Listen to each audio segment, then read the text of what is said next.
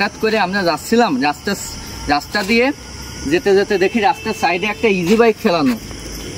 আসলে আমরা বাইক নিয়ে যাচ্ছিলাম, যেতে যেতে দেখি যে এইরকম একটা ইজি বাইক রাস্তা অর্ধেক রাস্তা জুড়েই কিন্তু দাঁড়িয়ে আছে, কিন্তু আসলে কোনো রহস্যই খুঁজে পাচ্ছি না। ভাই তুমি কি বলো?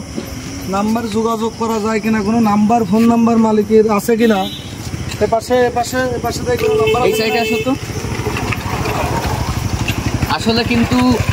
আসলে কিন্তু এর কোনো ড্রাইভারও নাই, মানে কোনো লোকও নাই, প্যাসেঞ্জারও নাই, কাউকেই কিছুই পাচ্ছি না।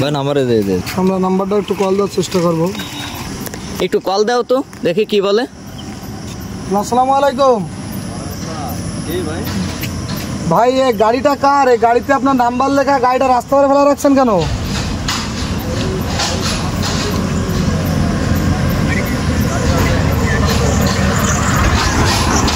আপনি এই যে ফাঁকা জায়গায় রাস্তা পরে গাড়ি ফেলা রাখছেন, এই গাড়িতে আপনার ব্যাটারি চুরি হয়ে যাবো, গাড়ির বক্স চুরি হয়ে যাবো।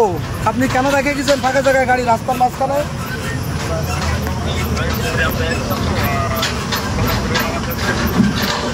আপনি কোথায় আছেন এখন?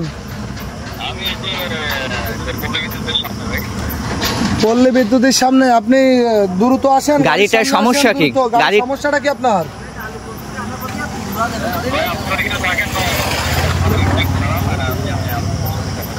আপনি দ্রুত আসেন, গাড়ির সামনে আসেন, আমরা আছি, আপনি আসেন।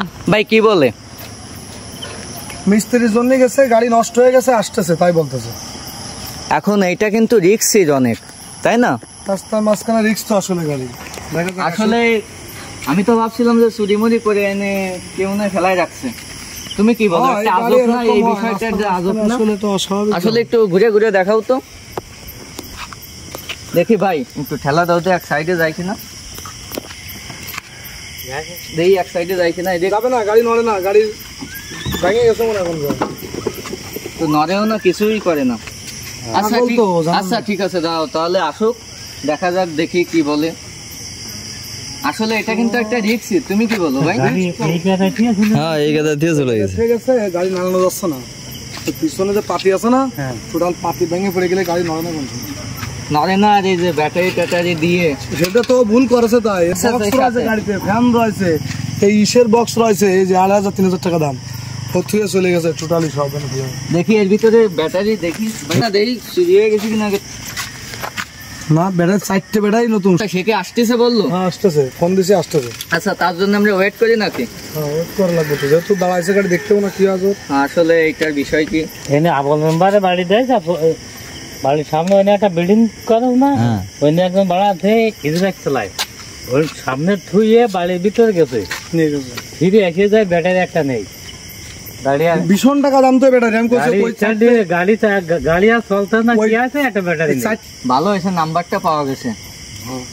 আশা করি, আমি বলতে চাই ভাই, তুমি কি বলো? সামনে একটা ব্যাটারি, ভাই তুমি কি বলো? এইরকম গাড়ির পিছনে কিন্তু সবাই এরকম নাম্বার দেওয়া উচিত, অবশ্যই উচিত। যার জন্য ফোন দিয়ে আমরা পাওয়া গেছে, নাহলে তো সমস্যা হইতো। সবাইকে একটু সতর্ক বার্তা করতে চাই, মানে এই বার্তাটা সবার কাছে পৌঁছায় দিতে চাই, যার যার গাড়ি আছে, পরিবহন আছে, বিপদ আপদ রাস্তাঘাটে কার কোন সময় হয় বলা যায় না।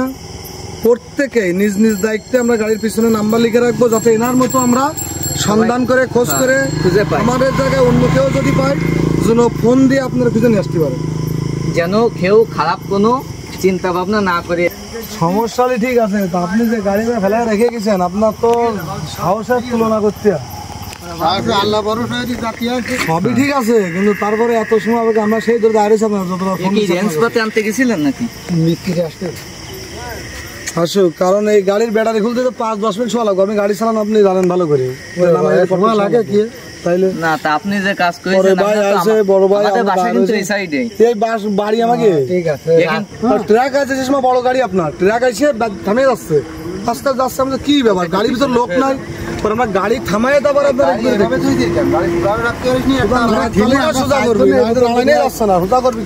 অবশেষে কিন্তু আমরা গাড়ির মালিক পেয়ে গেলাম। গাড়ির মিস্ত্রি কিন্তু, মানে ইঞ্জিনিয়ার কিন্তু আমার বন্ধুই, আর ওই যে গাড়ির মালিক। হ্যাঁ ভাই, তুমি কিছু বলো। গাড়ির মালিককে পাইছো?